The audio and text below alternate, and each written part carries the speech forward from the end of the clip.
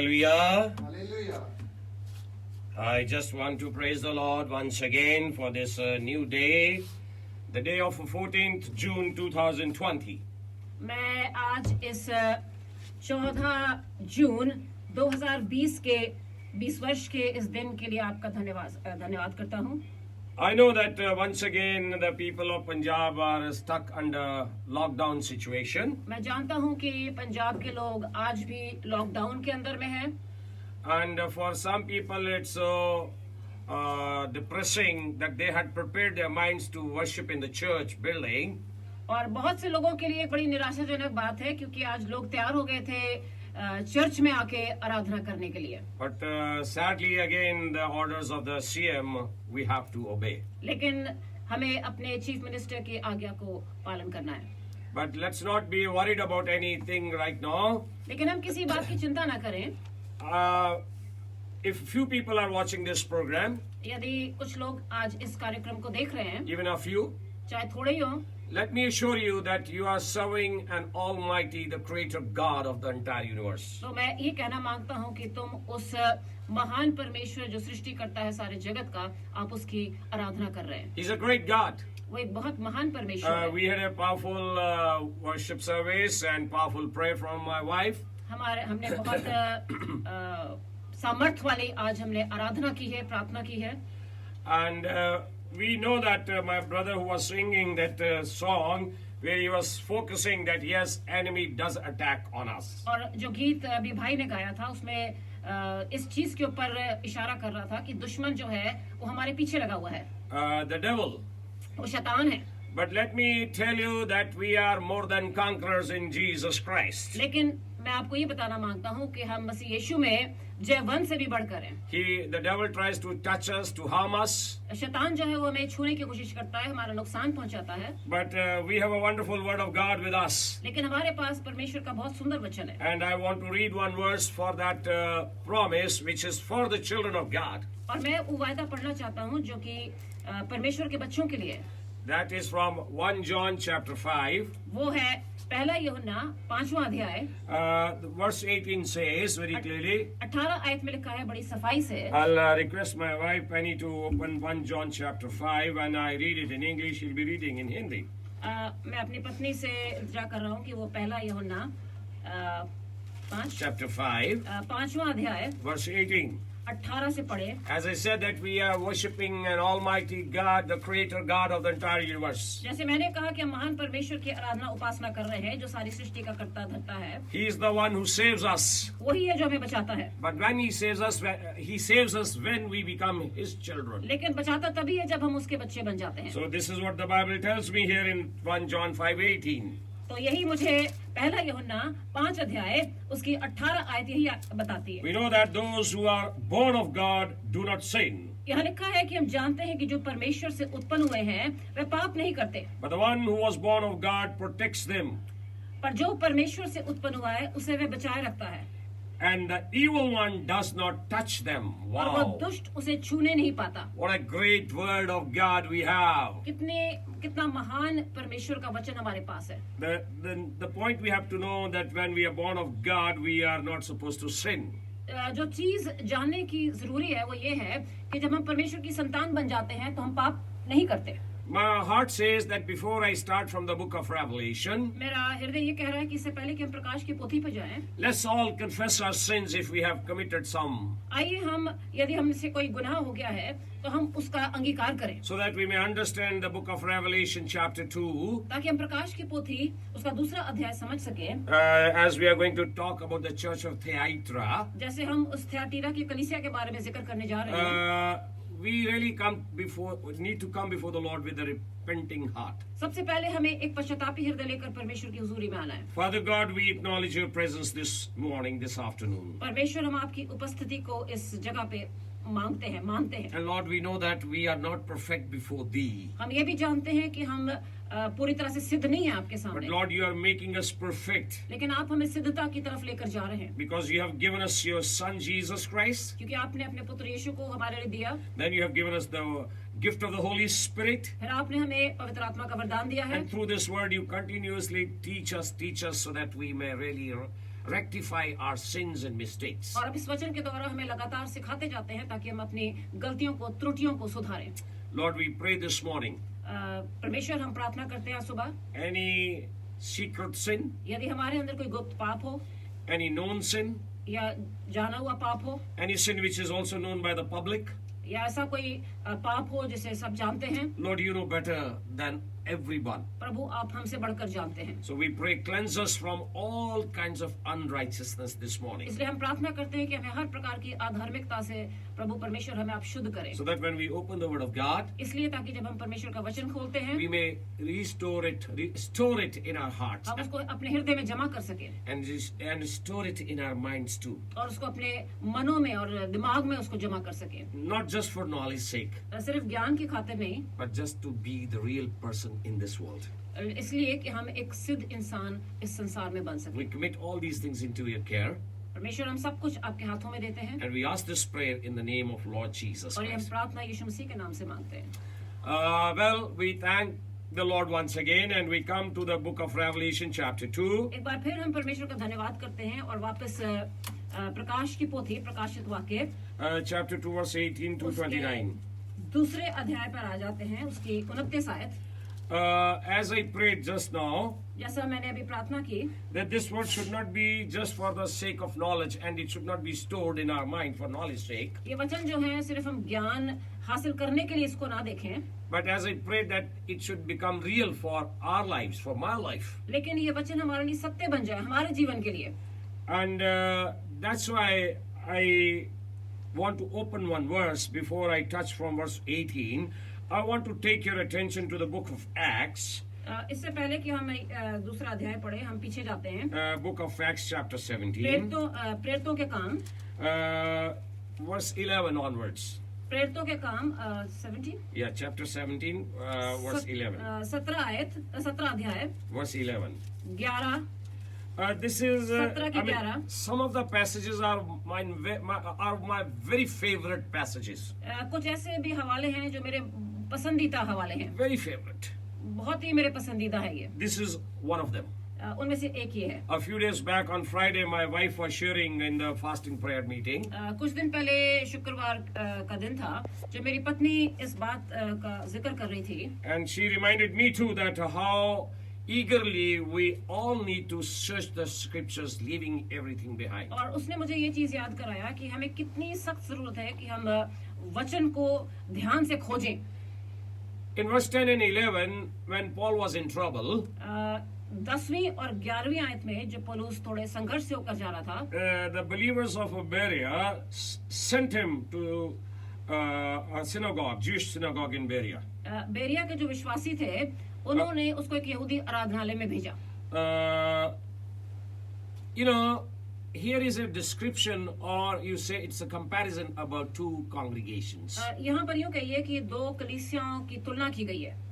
Now the point to learn for us is, जो हमारे लिए सीखने की बात है, there is no letter or no instructions written to Berea, यहाँ पर कोई चिट्ठी नहीं लिखी गई है, कोई हिदायतें नहीं दी गई है बेरिया को, but to the Thessalonians church, the letters were written. लेकिन थेसलोनिकिया की कलीसिया को चिट्ठियां लिखी गई हैं, पत्रियां लिखी गई हैं। I don't go for any theological books in that. मैं कोई बहुत थियोलॉजिकल किताबों के ऊपर नहीं जाता, But I find it out that certainly this church in Berea was much better, as it is written here.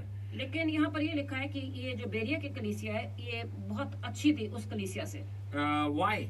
क्यों? We'll know the reason now after reading this. अब हम वजह जानते हैं इसको पढ़ने के बाद। It's written in English. These Jews were more receptive than those in Thessalonica, for they welcomed the message very eagerly and examined the scriptures every day to see whether these things were so. Verse 11. 11वीं आयत में लिखा हुआ है, ये लोग तो थिस्सलुनीकियों के यहूदियों से भले थे और उन्होंने बड़ी लालसा से वचन ग्रहण किया और प्रतिदिन पवित्र शास्त्र में ढूंढते रहे कि ये बातें यूं ही हैं कि नहीं।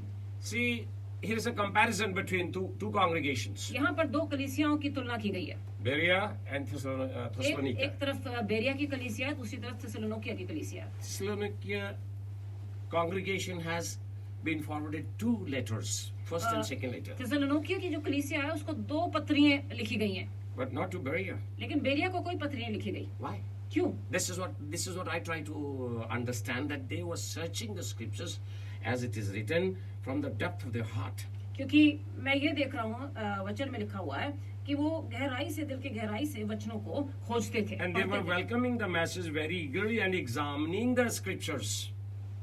और उन्होंने लालसा से वचन ग्रहण किया और प्रतिदिन पवित्र शास्त्र में से ढूंढते रहे कि ये बातें यूं ही हैं कि नहीं।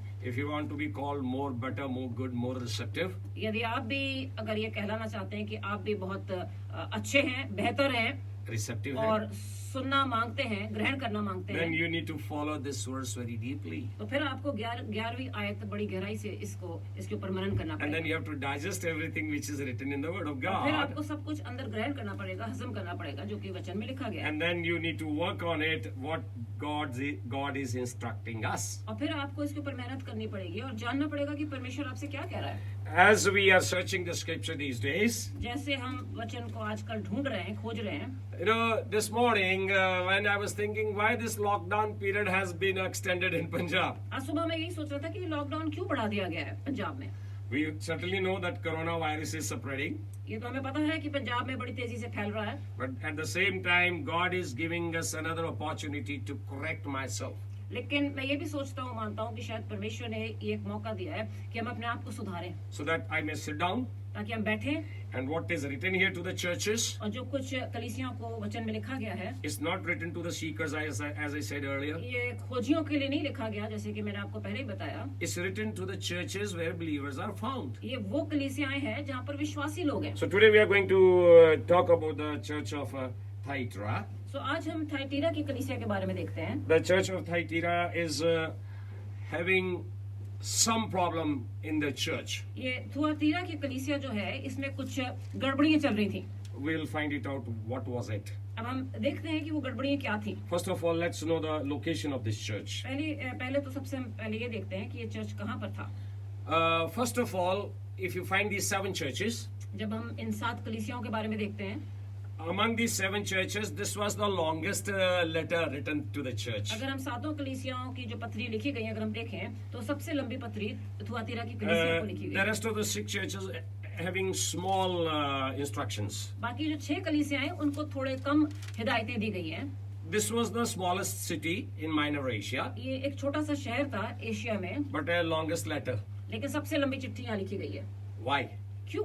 Because this is called a church of corruption. क्योंकि ये एक भ्रष्ट कलीसिया कहलाई गई है। This was known as a corrupted city and a church too. ये एक भ्रष्ट कलीसिया ही नहीं बल्कि एक भ्रष्ट शहर भी था। The main profession in the city was fabric dyeing, and many commercial centers were there. जो यहाँ पर खास कारोबार जो था इस शहर में, वो कपड़े रंगने का काम था। And there were many other trade unions also found in the city. और यहाँ पर कई व्यापारियों की मंडलियां थी इस शहर में। And this was also known as a military garrison or a military unit city. और यहाँ पर एक आर्मी का यहाँ पर एक गढ़ भी था। When I was thinking about such things, it reminded me about Amritsar city. जब मैं इसके बारे में सोच रहा था तो मुझे अमृतसर का ख्याल आया। Exactly in Amritsar it happens like this. Amritsar में भी कुछ ऐसे ही है। Oh, there is so much fabric industry, dyeing industry, वहाँ पर भी कपड़ों की बड़ी फैक्ट्रीज है, कारोबार है, a military कपड़े- center, Air Force center. Army भी है, एयरफोर्स सेंटर भी है। No, you see, let me tell you. अब मैं आपको बताना चाहता हूँ, When we read this book, chapter 2, verse 18, जब हम 2 की 18 पे आते हैं, it says, "And to the angel of the church in Thyatira write, these are the words of the Son of God, who has eyes like a flame of fire, and whose feet are like burnished bronze." यहाँ पर लिखा है, Thyatira की कलीसिया के दूत का ये लिख, परमेश्वर का पुत्र जिसकी आंखें आग की ज्वाला के समान और जिसके पांव उत्तम पीतल के समान है। First of all, let's understand these 2 terms. The word of God is using about the Son of God that his eyes are like a flame of fire. पहले तो हम इन 2 बातों के ऊपर मनन करते हैं, जहाँ लिखा है परमेश्वर के पुत्र जिसकी आंखें आग की ज्वाला के समान थी। What does it mean? आग की ज्वाला का क्या अर्थ है? As a flame means it is an intelligent thing. ज्वाला का मतलब ये है कि वो एक होशियार चीज है। It represents intelligence and bringing hidden things to light. इसका मतलब ये है कि वो इंटेलिजेंट है, होशियार है और गुप्त चीजों को खोल के रख देती है। And the brass symbolizes judgment of God. और तांबा जो है वो परमेश्वर के न्याय को दर्शाता है। Brass feet, iron feet. तांबे के पैर। You know, we need to understand that our Lord Jesus Christ will bring everything into light, hidden things into light. हमें ये जानना है कि परमेश्वर जो है, Jesus Christ. यीशु मसीह जो है, वो हर गुप्त चीज को ज्योति में ले आएगा। Now, the church was flourishing here. अब हम ये देखते हैं कि चर्च जो है ये बड़ा बढ़ रहा था तेजी से। The Lord Jesus Christ really gave a beautiful commendation to this church. और यीशु मसीह ने इस चर्च को सराहा। If you see, no other church was commended like this church was commended. इस तरीके से यीशु मसीह ने और किसी कलीसिया को नहीं सराहा जैसे इसकी तारीफ की है। You see in verse 19. 19 में अगर आप देखें, Just read it, verse 19, very carefully. आप 19 को बड़े ध्यान से देखें। The Lord Jesus, through John, he says here, I know your works. यूहन्ना के द्वारा यीशु मसीह कह रहे हैं, मैं तेरे कामों, तेरे प्रेम और विश्वास और सेवा और धीरज को जानता हूँ। I'll just go slowly. I know your works. मैं तुम्हारे कामों को जानता हूँ। Number one, your love. पहली बात, दूसरी बात, तुम्हारे प्रेम को, faith, तुम्हारे विश्वास को, service, तुम्हारी सेवा को, and patient endurance, patient endurance. और Sorry. तुम्हारे धीरज को। See, the Lord Jesus Christ commended these things so beautifully. अब आप ये देखें कि यीशु मसीह इन चीजों की तारीफ कर रहे हैं। And then also he says, I know your last works are greater than the first ones. और ये भी कह रहे हैं कि तुम्हारे पिछले काम पहलों से बढ़कर हैं। See, देखो, no other churches were commended like this. बाकी सारी कलीसियाओं को इस तरह से तारीफ नहीं की गई है। But at the same time, after having this commendation, लेकिन ये सारी तारीफों के बाद, सराहना करने के बाद, I wonder, Jesus is bringing one strong rebuke, or you can call it accusation against the church. लेकिन इतना कुछ कहने के बाद यीशु मसीह आगे एक बहुत ही तगड़ा उनके ऊपर एक इल्जाम लगा रहे हैं, दोष लगा रहे हैं। Now, these brethren sang very well. मेरे बच्चों ने, भाइयों ने बहुत अच्छा गीत गाया। Now, supposing I said, oh, Deepak, oh, Nishu, Nishant, Akash, you sang very well. यदि मैं ये कहूँ कि निशांत, आकाश, दीपक, तुमने बहुत अच्छा गाया, But your dress was very rag. It लेकिन was मैं not very good ये कहें कि dress. तुम्हारे कपड़े अच्छे नहीं थे। I think you were making some mistakes in the guitar. यदि मैं कहूँ कि तुम्हारे गिटार ठीक से नहीं बजाया गया, I think they'll immediately get discouraged. तो शायद वो एकदम से निराश हो जाएंगे। God wants sometimes this discouragement to be recognized by us. Why we are doing things like लेकिन this. परमेश्वर कई बार मांगता है कि हम निराशा के पहचाने। द्वारा निराशा को पहचाने और उसके द्वारा फिर अपने आप को सुधारें। Here, the accusation is coming against the church. यहाँ पर वो दोष जो है, इल्जाम जो है वो कलीसिया के प्रति आ रहा है, लग रहा है। Now, what is the accusation here? वो दोष क्या है? The accusation, the Lord says, you tolerate, I have this against you in verse 19 and 20. I was sorry, in verse 20. But I have this against you, you tolerate that woman Jezebel, who calls herself a prophet, and is teaching and beguiling my servants to practice fornication and to eat food sacrifices to idols. 20वीं आयत में लिखा है, पर मुझे तेरे विरुद्ध ये कहना है कि तू उस स्त्री इजबेल को रहने देता है जो अपने आप को भविष्यवक्तन कहती है और मेरे दासों को व्यभिचार करने और मूर्तियों के आगे चढ़ाई गई वस्तुएं खाना खिलाकर भरमाती है। See, one lady who calls herself prophetess. एक लेडी, एक स्त्री जो अपने आप को भविष्यवक्तन कहलाती है, She's not present there. वो वहाँ पर है नहीं मौजूद। If you go to the history of Israel, यदि आप इस्राएल के इतिहास में जाएं, it was about 765 BC when this Jezebel was reigning. ये आज से 765 साल Before Christ. यीशु मसीह के जन्म के पूर्व यदि हम देखें तो ये स्त्री जो थी ये राज कर रही थी। And we find her history in 1 King chapter 16, verse 29 to 33. और इसका जिक्र जो है वो पहला राजा 16 अध्याय 29 से 33 आयत में आता है। When she was married to King Ahab. इसकी शादी जो थी किंग राजा अहाब के साथ हुई थी। No, see, long time back. बहुत पहले की बात है। Say roughly 2800 years ago.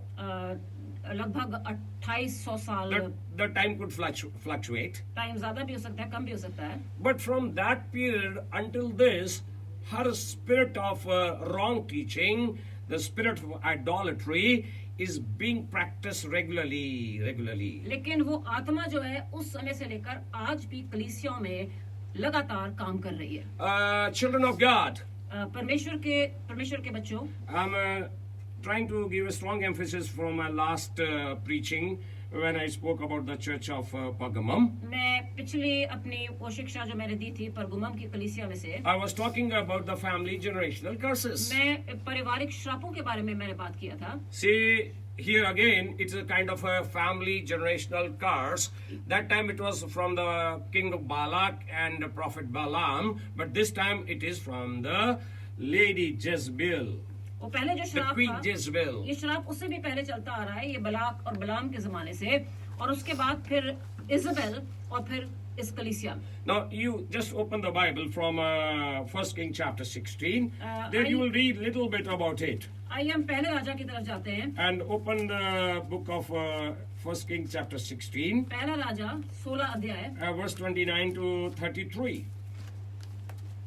It's written here, verse 29 to 33. When Ahab is reigning over Israel, it's written Ahab marries Jezebel and worships Baal. Verse 29 to 33.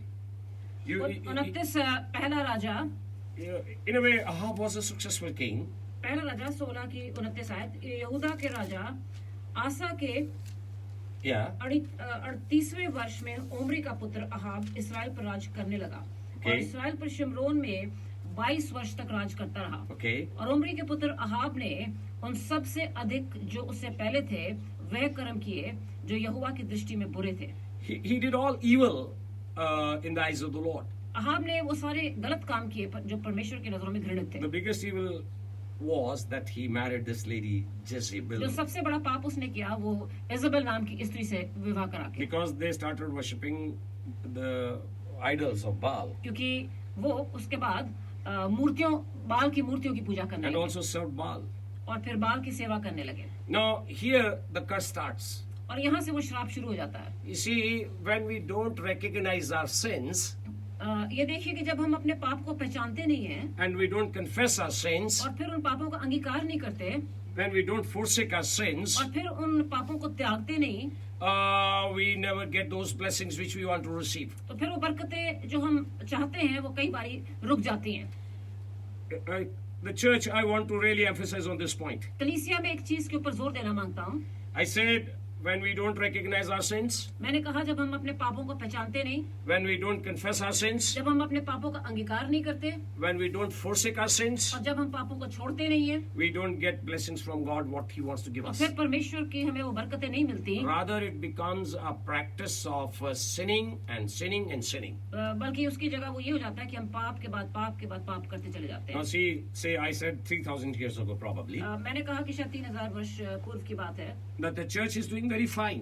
ये कलीसिया जो है बहुत अच्छा कर रही है, But the spirit of Jezebel brought all that kind of idolatry because it was not forsaken by all the people of Israel and other followers of Christ. लेकिन वो जezebel की आत्मा ने फिर मूर्ति पूजा इस कलीसिया में ले आई क्योंकि इस पाप को त्यागा नहीं गया था। We can also say dual worship.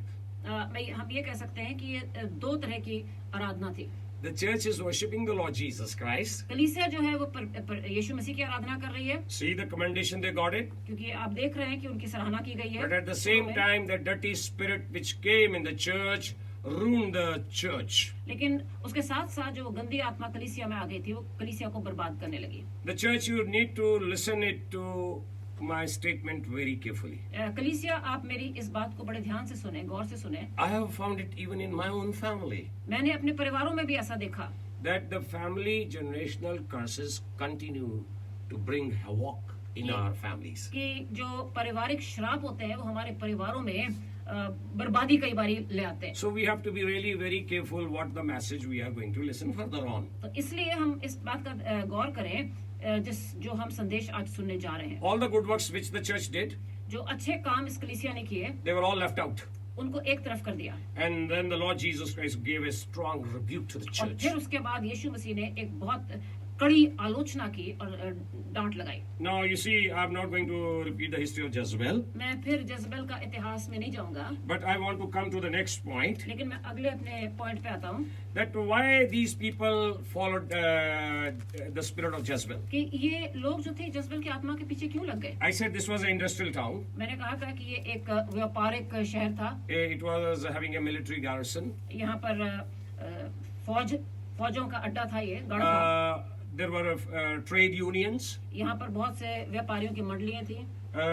Paul Yonggi-cho says pastor Paul Yonggi Cho कहते हैं, from Korea, कोरिया के पास्टर हैं। he says wherever guilds were found in any city, or these trade unions were found in any city, जहाँ जहाँ ये व्यापारिक मंडलियां पाई जाती थी शहरों में, they always produced and brought idolatry and immorality in the city and also in the churches. ये हमेशा पाप और अनैतिकता ले आती थी, कलीसिया में भी और शहरों में भी। They became the two great enemies of the church. ये दो बहुत बड़े चर्च के कलीसिया के दुश्मन बन गए। Now, why these trade unions? अब ये व्यापारिक मंडलियां क्यों थी? They were trying to upgrade their labor system. क्योंकि ये अपने जो लेबर थी उनको ऊपर उठाना मांगते थे। And these followers of Jesus Christ were following these trade unions. और ये जो यीशु मसीह के जो पीछे चलने वाले थे, चेले थे, The people of this church, ये इस कलीसिया के जो लोग थे, they were following the trade unions also, ये व्यापारिक मंडलियों में भी थे, but also worshipping the Lord Jesus Christ. और साथ ही यीशु मसीह की भी आराधना कर रहे थे। Then they had to follow the commandments of the trade unions too. अब इनको उन व्यापारी मंडलियों के जो हुक्म थे, ये जो कानून थे, उनकी भी पालना करनी पड़ रही Because थी। if they don't follow the trade unions rules, क्योंकि यदि ये व्यापारिक मंडलियों के रूल को ना पालन करते, then they probably will lose the job. तो फिर उनकी नौकरी चली जाती। So there comes a difficult situation, अब यहाँ पर एक बड़ी कठिन समस्या उनके लिए आ गई, a decision. एक फैसला। Do you want to go and worship the spirit of Jezebel, this idolatry and immorality, or the fornication? अब उनके सामने एक ये फैसला था कि क्या वो उस यजबेल की स्पिरिट को फॉलो करें, आत्मा को चुने और पाप में गिर जाएं और मूर्ति पूजा करें, Or they follow the Lord Jesus Christ as He commanded. या फिर यीशु मसीह के पीछे चलें जैसे कि उसने कहा, आज्ञा दी है। Because here in further on, Jesus says in verse 21, I gave her time to repent. क्योंकि यीशु मसीह कह रहे हैं 21 आयत में, But she refuses to repent of her fornication. मैंने उसको मन फिराने के लिए अवसर दिया, पर वह अपने व्यभिचार से मन फिराना नहीं चाहती। You see, church, I said earlier that the word repentance is coming over and again for all these churches. कलीसिया मैंने आपको पहले भी कहा था कि पश्चाताप के बारे में बार बार चेताया जा रहा है। Maybe this lockdown has been increased again. ये लॉकडाउन और बढ़ गया 2 दिन। Maybe the Lord wants me to sit down and think about it. क्या पता परमेश्वर चाहता है कि मैं खामोश बैठकर इस चीज के ऊपर मनन What करूं। sin has taken charge of my body, my mind, my soul, my spirit? तो कौन सा पाप है जिसने मेरी आत्मा के ऊपर कब्जा कर लिया है? My mind, मेरे दिमाग के ऊपर, my body, मेरे शरीर के ऊपर, my soul. मेरी आत्मा के ऊपर, रूह के ऊपर। You have to recognize that. ये आपने पहचानना है, Because Jesus says here, क्योंकि यीशु मसीह कह रहे हैं, I gave her time to repent. मैंने उसको समय दिया पश्चाताप के Listen लिए। to this very carefully. आप इसको बड़े ध्यान से देखिए। Jesus is giving us a time to repent again to the church. यीशु मसीह आज कलीसिया को फिर मौका दे रहा है मन फिराने के लिए। But I'm sorry, the statement here goes, but she refuses to repent of her fornication. लेकिन मुझे अफसोस है कि यहाँ पर लिखा हुआ है कि उन्होंने व्यभिचार से मन फिराना नहीं चाहा। In 22 verse 22 it says, beware. 22वें आयत में लिखा है कि चौकस हो जाओ। I'm throwing her on a bed that is bed of sickness. यहाँ पर लिखा हुआ है, देख मैं उसे रोग शैया पर डालता हूँ, And those who commit adultery with her, I'm throwing into great distress. और जो उसके साथ व्यभिचार करते हैं, यदि वे भी उसके से कामों से मन ना फिराएंगे तो मैं उन्हें भी बड़े क्लेश में डालूंगा। Church, you have to recognize, is it a physical fornication or is it a spiritual fornication? कलीसिया आपको ये पहचानना है कि क्या आत्मिक व्यभिचार है या ये शारीरिक व्यभिचार है। But I know it looks very tough. मैं जानता हूँ कि ये कठिन बात है। Sometimes we may say, oh, leave it, who cares for this? हम ये भी कह सकते हैं, छोड़ो, क्या फर्क पड़ता है। But if you just say like this, leave it, oh, nothing happens. यदि हम ये कह रहे हैं कुछ नहीं होता, Oh, Jesus has given us strong warning here. यीशु मसीह ने लेकिन यहाँ पर बड़े कड़े शब्दों में चेतावनी दी है। Because first He's giving us a chance क्योंकि पहले वो उसने हमें मौका दिया है, time समा दिया है to think and to repent. कि हम सोचें और पश्चाताप करें, Come wholeheartedly before Him with the heart of repentance. पूरे हृदय के साथ पश्चातापी हृदय लेकर उसके पास आए। Then He says, if they don't, और फिर लेकिन वो ये कहता है कि यदि ये नहीं मन फिराते then there is a more trouble rather than this. तो फिर बहुत परेशानी है, क्लेश, इससे भी बड़ा क्लेश आएगा. इससे भी बड़ा क्लेश आएगा। He says here, I'm throwing into great distress unless they repent of our doings. मैं उनको बड़े क्लेश में डालूंगा। He says, yeah, read it complete. देखो मैं उसे रोग शैया पर डालता हूँ, Okay. और जो उसके साथ वे विचार करते हैं यदि वे भी उसके से काम से मन ना फिराएंगे तो मैं उन्हें भी बड़े क्लेश में डालूंगा। इस बड़े क्लेश में, बड़े क्लेश में डालूंगा। you see, आप देखें, if you interpret this big suffering, big distress can be in many ways. अब ये जो बड़ा क्लेश है ये कई तरह से आ सकता है It's happening today. और आज हो रहा है। So Jesus is warning us. तो यीशु मसीह यहाँ पर हमें चेतावनी दे रहा है, If we don't, यदि हम नहीं करेंगे He says, I will strike her children dead, and all the churches will know that I am the one who searches minds and hearts, and I will give each to you as your works deserve. तो यहाँ पर लिखा हुआ है मैं उसके बच्चों को मार डालूंगा, Hmm. तब सब कलीसियाएं जान लेंगी कि हृदय और मन को परखने वाला मैं ही हूँ, Hmm. और मैं तुमसे हर एक को. हर एक को उसके कामों के अनुसार बदला दूंगा। You see, I want to stop it here today. अब यहाँ पर मैं थोड़ा रोकना मांगता हूँ। And I will give study from verse 24 onwards next week. अब मैं 24 आयत से मैं आगे जो स्टडी है वो अगले हफ्ते दूंगा। I want to ask you one question. मैं आपसे एक सवाल करना चाहता हूँ, Are you gaining head knowledge or are you trying to be real? क्या आप दिमागी ज्ञान इकट्ठा कर रहे हैं या आप Yeah. या आप वास्तविकता पे चल रहे हैं? Are you going to be real in your life? क्या आप वास्तविक होना चाहते हैं अपने जीवन में, Or you want to say, okay, leave it as it is? या आप ये कह देंगे कि छोड़ो, रहने दो। There is a book of mine, there's a B, on B series. I just want to talk to you and I want to give you a very wonderful example. मैं आपको एक बड़ी अच्छी सी मिसाल देना मांगता हूँ। एक Jesus is warning us. यीशु मसीह हमें चेतावनी दे रहा है। I said from verse 24 onwards we'll study next week. मैंने कहा था कि 24 आयत से आगे हम अगले हफ्ते पढ़ेंगे। But again my question is, लेकिन मेरा सवाल है, are you going to be real or are you just going to take it just as it is? क्या आप वास्तविक होंगे या फिर इसको ऐसे ही ले लेंगे? You see, there are so many things in our lives आप देखेंगे कि हमारे जीवन में बहुत सी चीजें होती which हैं we need to correct. जिनको कि हमें सुधारना है। I love many writers. मैं किताबें पढ़ना बहुत पसंद करता हूँ And there are many good books in my library. और मेरी लाइब्रेरी में बड़ी अच्छी अच्छी किताबें हैं। But if you ask me personally, लेकिन यदि आप पूछें निजी तौर से, nobody has won my heart than this writer, Warren W. Wiersbe.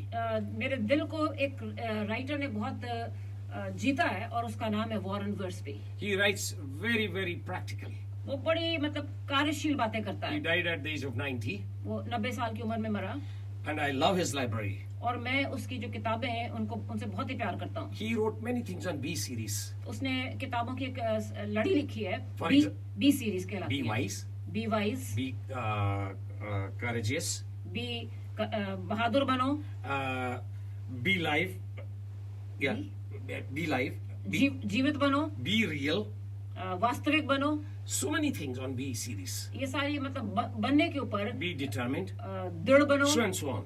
इस तरह से कई कड़ी हैं इसकी। But I love one of his books, Be लेकिन Real. एक किताब जो मैं बहुत ही ज्यादा पसंद I love करता all हूँ, his books. वो है वास्तविक बनो। But I'm going to tell something out of this book. लेकिन इस किताब में से मैं कुछ आपको बताना मांगता हूँ। You know, it will help you to recognize you if you are really a sincere follower of Jesus Christ. इस किताब से आप जो मैं बताने जा रहा हूँ आप बहुत कुछ हासिल करेंगे यदि आप यीशु मसीह के चेले हैं। When he writes so many things about B series, जब वो बी की कड़ी है मतलब बनो, in 1 John he says something. पहले यूहन्ना में वो ये कहता है, You see, we struggle in the church not to fulfill the commandments of Jesus Christ because we have certain desires to be fulfilled in our lives. हम यीशु मसीह की जो हिदायतें हैं उनको हम पूरा नहीं करते क्योंकि हमारे अंदर कुछ अपनी कुछ डिजायर्स होती हैं, इच्छाएं होती हैं जिनको हम पूरा करना मांगते We हैं। want to follow Jesus हम Christ. यीशु मसीह के पीछे चलना मांगते हैं। We want to follow the Lord His commandments. हम उसकी आज्ञाओं पे भी चलना मांगते हैं, But then suddenly we fall in some sin.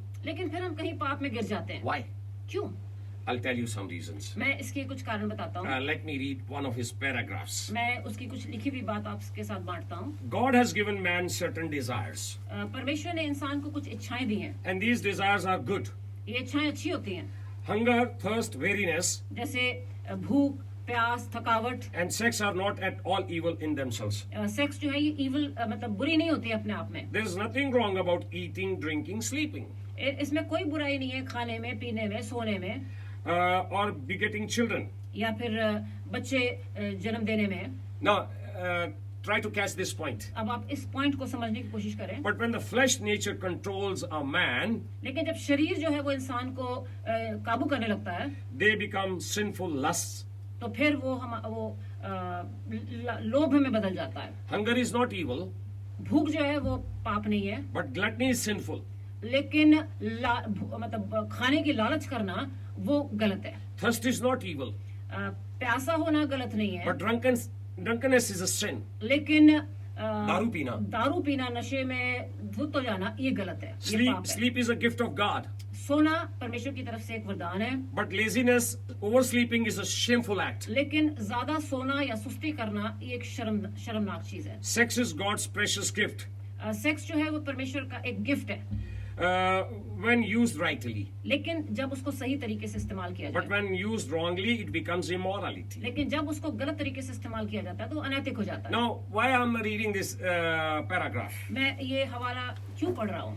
Maybe you don't have that spirit of idolatry in your life. हो सकता है आपके अंदर वो मूर्ति पूजा नहीं हो आपके जीवन में. Maybe you have fornication or a sexual sin in your life. हो सकता है आपके अंदर व्यभिचार की आत्मा हो. Maybe you are oversleeping for many hours, हो सकता extra है hours. हो सकता है आप कई घंटे एक्स्ट्रा ज्यादा सो रहे हो. Maybe your appetite is not controlled because you are young. हो सकता है आप अपनी भूख को कंट्रोल ना कर पा रहे हो, आप जवान है इसलिए. And then you shows gluttony at many places. और फिर आप कई बारी लालच दिखा देते हो कई जगहों पे. Maybe the time is not under your control. You are just wasting your time. हो सकता है आप अपने समय का सही उपयोग नहीं कर रहे हो, बर्बाद कर रहे हैं अपने So समय this को. paragraph tells us when we overdo these things, it becomes a इस sin. पैराग्राफ में ये बताया गया है कि जब हम कुछ चीजें हद पार कर देते हैं तो वो हमारे लिए गलत हो जाती हैं. You can listen to my message on YouTube, आप मेरे संदेश को YouTube पे सुन सकते हैं. and this paragraph will really help you if you examine yourself. और ये जो बात मैंने अभी पढ़ के सुनाई है ये आपकी मदद कर सकती है. Because we really need to work on these things so that we may really be real children of God. हमें इन चीजों के ऊपर काम करने की बहुत जरूरत है ताकि हम वास्तविक बच्चे बन जाएं. I said the real children of God, वास्तविक परमेश्वर के बच्चे just बन not जाएं. blah blah blah blah, मतलब सिर्फ हम बकबकी नहीं करते रहें, but doing practically something. लेकिन कुछ करके दिखाएं. When we do that, जब हम ऐसा करते हैं that's a time of repentance.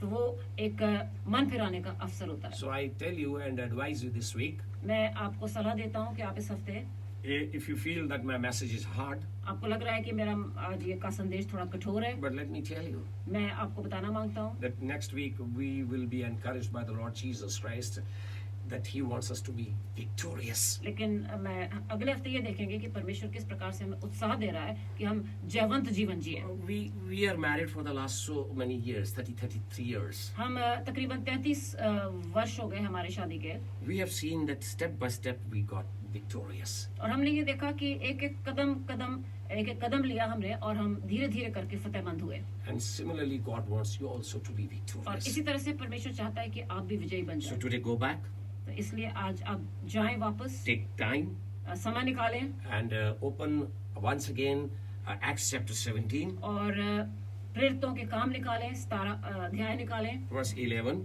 11वीं आयत, Continue to seek the scriptures और वचन में से खोजना शुरू कर दें, and ढूंढना शुरू कर and दें then find out what God says to you. और ये ढूंढें कि परमेश्वर आज आपसे क्या कहता है. You have listened to me. आपने मेरे को सुना, You have listened to so many pastors today. आपने बहुत पास्टर्स को भी सुना होगा, But my advice is लेकिन मेरी सलाह है, सुझाव है, listen to it. आप वचन को सुने, Ask God. परमेश्वर से पूछें, Tell Him, आप उनसे कहें, Lord, I want to follow you and talk to me. परमेश्वर मैं आपके पीछे चलना मांगता हूँ, आप मुझसे बात करें. And as God is talking to us through the book of Revelation, और जैसे परमेश्वर हमसे प्रकाश की पोथी से बात कर रहा है, I want to encourage you, I want to challenge you, I want to tell it again that He will talk to you just by simply reading from His Word. मैं आपको उत्साह देना मांगता हूँ कि जब आप बात करेंगे परमेश्वर से तो परमेश्वर आपसे बात करेगा वचन के द्वारा। God bless you. परमेश्वर आपको आशीष दे। Let's pray together. आइए हम प्रार्थना करें। Father God, I want to thank you once again for this wonderful time. परमेश्वर मैं आपका फिर से धन्यवाद करता हूँ सुंदर समय के लिए। I thank you once again for Penny as she has been cooperating your servant to translate the Word of God. मैं अपनी पत्नी का भी धन्यवाद करता हूँ जो कि अनुवाद करती है मेरे इन शब्दों का। Give her a good health and double blessings. आप उसको अच्छी सेहत बख्शें, दोहरा मसा दें, आशीष दें। I thank you for this wonderful team. मैं इस टीम के लिए भी धन्यवाद करता हूँ। Lord, they did not let your worship time go down, but they lifted up your name, the name of Lord Jesus इन्होंने Christ. आपके आराधना के समय को गिरने नहीं दिया बल्कि और ऊपर उठाया है। Though it is lockdown, though we have a small studio, but they worshipped you, God. प्रभु, चाहे लॉकडाउन है, चाहे हम बंद हैं, छोटा सा हमारा ये स्टूडियो है, लेकिन प्रभु परमेश्वर इन्होंने लगातार आपकी आराधना की है। And the world listened to it. और संसार भर में ये संदेश जा रहे हैं। Maybe few people listened to it. हो सकता है थोड़े लोगों ने सुना हो, But we are thankful because you worked on 12 disciples. लेकिन मैं आपका धन्यवाद करता हूँ क्योंकि आपने 12 चेलों से शुरू किया And then the 12 disciples took everything to the world. और फिर वो 12 चेले जो थे वो सारे संसार में सुसमाचार ले Lord, गए। my faith is मेरा विश्वास है that through this small, short preaching, इस छोटे से संदेश के द्वारा you will raise someone, a God, आप कहीं ना कहीं किसी ना किसी को खड़ा करेंगे, who will continue to achieve the task and the goal you have set before us. वो जो आपने निशाने हमारे लिए रखे हैं उन निशानों तक पहुंचेंगे। Go, preach the gospel and baptize people जाओ, सुसमाचार का प्रचार करो, बपतिस्मा दो, in the name of Father, Son and Holy पिता Ghost. पुत्र पवित्र आत्मा के नाम से We pray all this. हम सब कुछ मांगते हैं, In Jesus' name we pray. यीशु के नाम से मांगते हैं। Amen. आमीन। Hallelujah. Hallelujah. We thank the Lord for this morning. हम प्रभु का धन्यवाद देना चाहते हैं इस सुंदर सुबह के लिए। मेरे पास जो प्रभु की ये नाम से भेंट आई है, मैं उसको भी प्रभु के सामने लाना चाहता हूँ ताकि प्रभु की बड़ाई हो, तारीफ हो। प्रभु का धन्यवाद करता हूँ। भले ही ये थोड़े होते हैं, लेकिन इन थोड़ों से भी प्रभु हमारी चर्च की, कलीसिया की जरूरतों को पूरा कर रहा है। मैं प्रार्थना करना चाहता हूँ इस धन के लिए जो हमें लिफाफों में आया है। प्यारे परमेश्वर, हम धन्यवाद करते हैं इस भेंट के लिए जो तेरे बच्चों ने भेजी है। मैं विशेष उस परिवार के लिए प्रार्थना करना चाहता हूं जो पिछले 2 सप्ताह से आपकी खोज में पहली बार चर्च आ रहे हैं, जिनके साथ प्रभु जी हम बहुत समय तो नहीं व्यतीत कर सकते, लेकिन वो आती उसी वक्त है जब प्रभु जी तेरा दास प्रचार करने लगता है। प्रभु जी आप उन्हें आशीष दे, गुरपाल को, हरप्रीत कौर को और प्रभु जी उत्तम सिंह को जो जकड़े थे शैतान से, लेकिन आपने उन्हें छुड़ाना शुरू किया है। ब्लेस करें प्रभु जी, इस धन को ब्लेस करें जो आपके बच्चों ने भेंट के तौर पर भेजा है।